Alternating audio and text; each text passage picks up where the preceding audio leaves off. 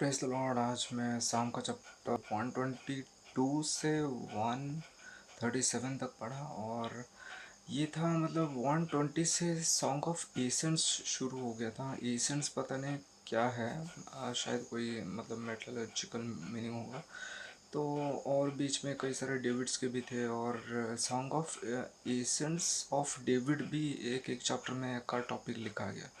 तो मतलब यही बताया गया नॉर्मली, जैसे मतलब बताया जा रहा है प्रभु परमेश्वर को जो फियर करता है वो प्रभु परमेश्वर उसे बचा के रखता है।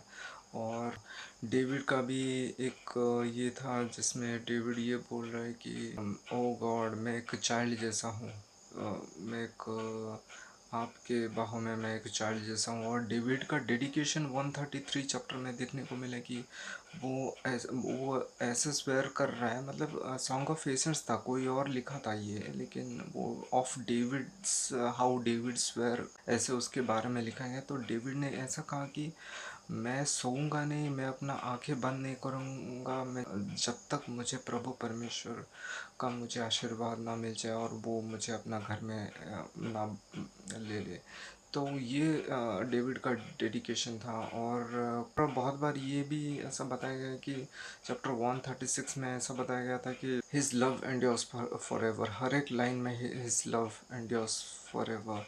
लाइक जैसे प्रभु परमेश्वर ने हमें इजिप्ट से बाहर निकाला, his love endures for ever.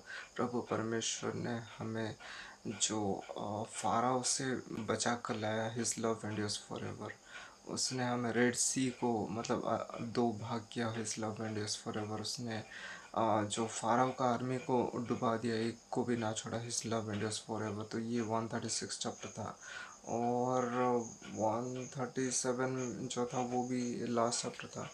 तो ऐसे ही नॉर्मली जो जैसे बताया जा रहा था, डेविड और किंग ऑफ बाशन को भी हराया, जो माइटी किंग्स थे। और किंग ऑफ ऑग जो बाशन का किंग था, तो उनको भी हराया, मतलब माइटी किंग्स को हराया। ये सब प्रभु परमेश्वर की वजह से ही।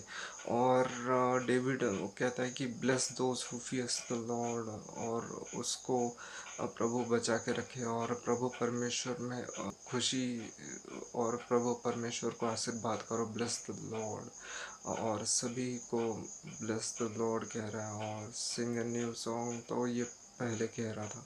और ऐसे ऐसे सारे सब बताए कि जो आपके खिलाफ जो भी है प्रभु परमेश्वर, आप उन्हें हटा देंगे। और वो मेरे पीछे पड़े हैं, मुझे मारने आ रहे हैं, आप ही मुझे बचा सकते हो। ऐसा कौन सा गॉड है जो मुझे बचाए, सिर्फ आप है। और 137 में मुझे याद आया चैप्टर 137 में कि जब बेबीलोन के कैप्टिविटी में थे ये लोग, तो बेबीलोन के लोग इन्हें बोल रहे थे, पीपल ऑफ इसराइल को बोल रहे थे कि आप जेरूशलेम के गाने गाओ। तो जो लिखा है वो बोल रहा है कि हम बाहर में रह के जेरूशलेम का गाना कैसे गाएं। तो ये सब है। और भी कई सारी चीज़ें बताया गया, तो बस ये सब बताया गया। Thank you.